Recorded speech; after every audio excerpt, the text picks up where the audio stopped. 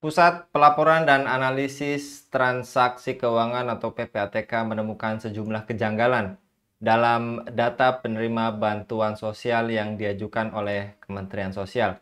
Kepala PPATK Ivan Yustiavanda menyebutkan terdapat ribuan penerima bansos yang berasal dari kalangan profesi berpenghasilan tinggi.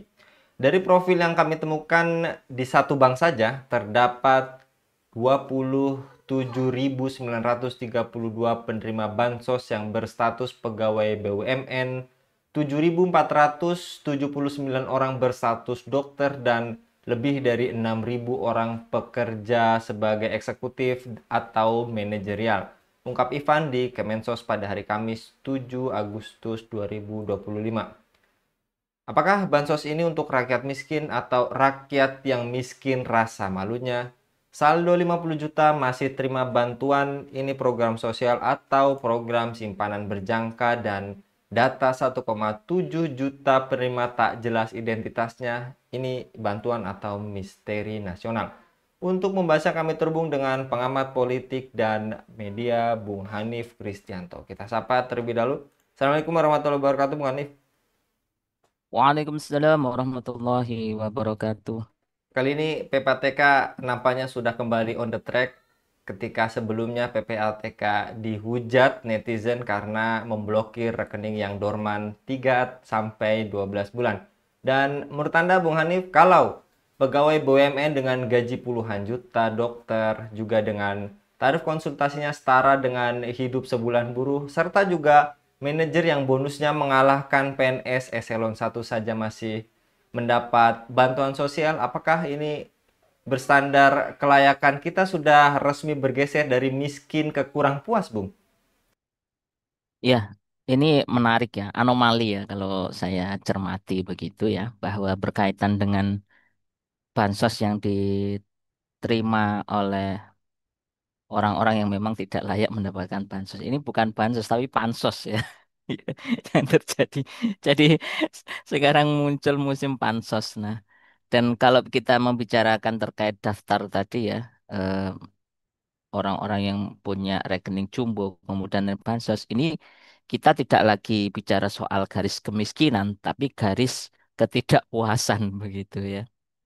Sebab standar kelayakan yang semestinya itu didasarkan pada kebutuhan kini seolah bergeser ke siapa yang bisa mengakses sistem, bukan siapa yang paling membutuhkan. Nah, ini mengaburkan esensi bansos sebagai jaring pengaman bagi rakyat yang rentan dan mengubahnya jadi privilege baru bagi mereka yang sudah aman secara finansial.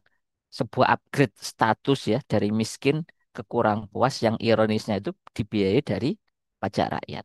Nah, ini juga menjadikan sebuah kesenjangan yang luar biasa ya di tengah-tengah masyarakat kita ya. Nah, alih-alih ini niatnya untuk mensejahterakan ataupun mengamankan ya dan mengurangi kemiskinan secara sistemik, malah ini apa?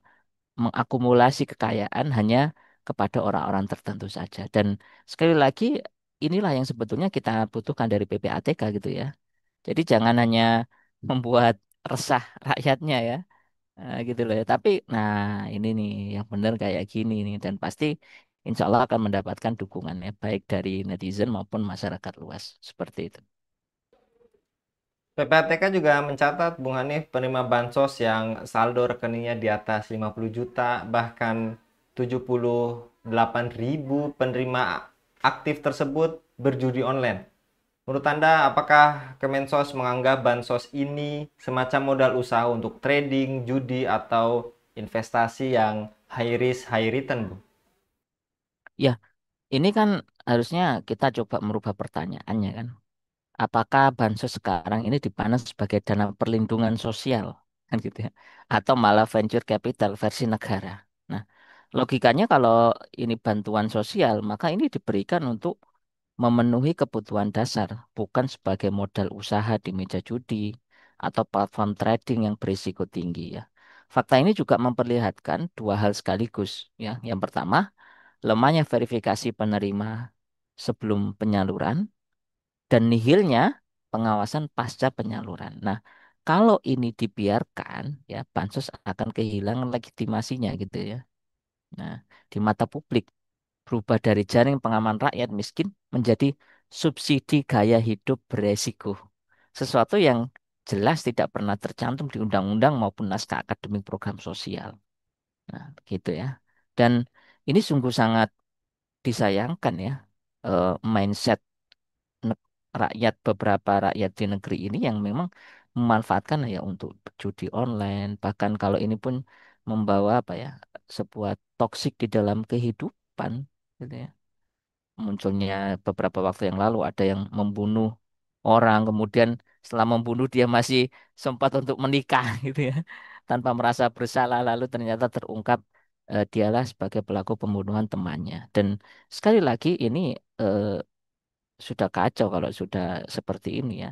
Dana-dana yang seharusnya ini dialokasikan untuk kepentingan rakyat, tapi ya untuk memenuhi hasrat mereka. Atau jangan-jangan ini adalah sebuah sindikat ya dari permainan bansos di level yang lebih atas. Seperti itu. Dari 10 juta data penerima bansos, 1,7 jutanya juga tidak teridentifikasi. Menurut Anda, apakah ini menunjukkan bahwa sistem pendataan kita memang sengaja dirancang seperti undian berhadiah? Siapapun bisa menang asal namanya muncul dalam daftar, Bu. Nah, yang menjadi pertanyaan selama ini apakah sudah beres administrasi negara di negeri ini? Kan belum.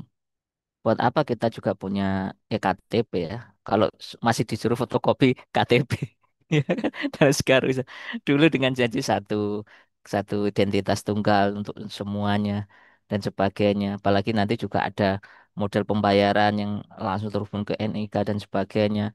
Di sisi lain juga, data saja kita dijual, diberikan ke Amerika.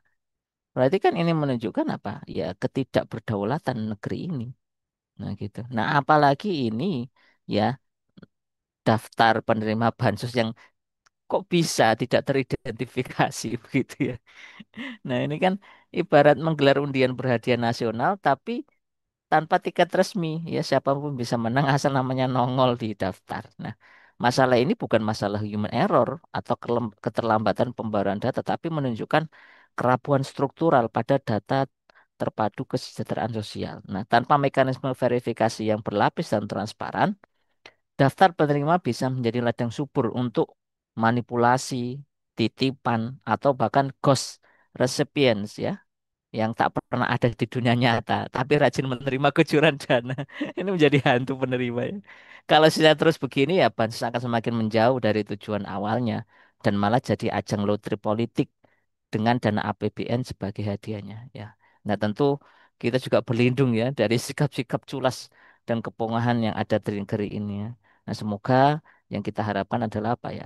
Para pejabat, para penguasa adalah orang-orang yang amanah, yang mereka tidak hanya takut diaudit PPATK ya, tapi juga takut diaudit oleh Allah dan malaikatnya. Seperti itu, Mas Anggi.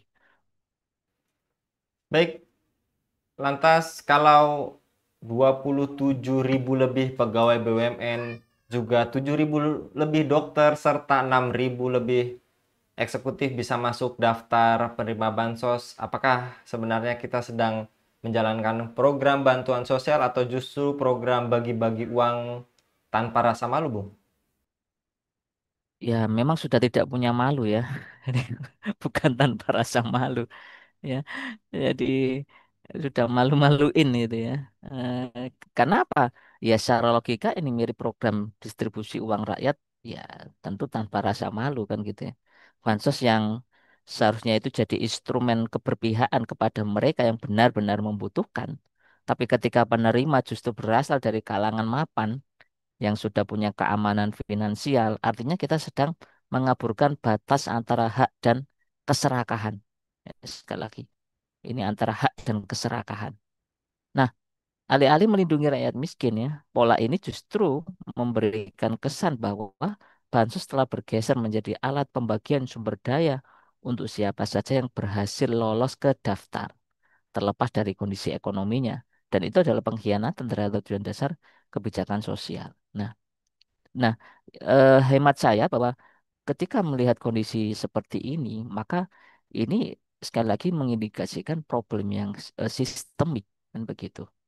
Dan sekali lagi negara ini juga harus menjadi negara yang berubah secara mindset pengelolaan negaranya kan gitu ya. Dan saya yakin mereka sudah punya alat-alat itu ya untuk mendata rakyatnya mana yang betul-betul miskin, sesuai standar ya, mana yang betul-betul harus dipenuhi kebutuhannya. Nah, selama penguasa negeri ini tidak kembali lagi kepada Allah dan Rasulnya, dalam artian tidak mau kembali kepada syariat Islam, maka ya ini akan terus senantiasa berulang ya. Jangankan bansos ya, wow, lawang perolehan suara di dalam pemilu saja juga bisa dimanipulasi, kan begitu ya. Nah ini, jadi kalaupun ada tools-tools yang ini sudah apa dengan digital, online dan sebagainya, itu kan tools. Siapa di balik tools itu kan tetap manusia kan. Jadi ada individunya, juga ada sistemnya. Nah, maka kalau mau sistem yang baik ya tentu itu harus sistem yang ya, berbasis kepada akidah Islam ya. Mereka satu menjadi penguasa yang taat kepada Allah dan Rasulnya. Yang kedua menjadikan berkuasa itu sebagai ibadah ya kepada Allah ya karena pertanggungjawabannya dunia akhirat. Nah, dan yang ketiga adalah menjadi peluang amal jariah ya. Kenapa? Kalau penguasa itu baik kepada rakyatnya, rakyat juga akan mendoakan tanpa mereka harus eh, meminta atau berbelas kasih kepada rakyat agar didoakan ya. Seperti itu Mas Anggi. Ya, Masya Allah, Bung Hanif, sampai data ekonomi pun, pertumbuhan ekonomi pun juga banyak yang berpolemik sampai adanya singkatan BPS yang seharusnya demikian menjadi biar Bapak senang, ya Allah. Terima kasih Bung Hanif untuk paparnya pada kabar petang kali ini. Demikian pemirsa Hilafah News, dukung dengan subscribe, share, dan like. Semoga menjadi kebaikan bagi kita semua di dunia dan di akhirat. Saya Giswara undur diri. Assalamualaikum warahmatullahi wabarakatuh.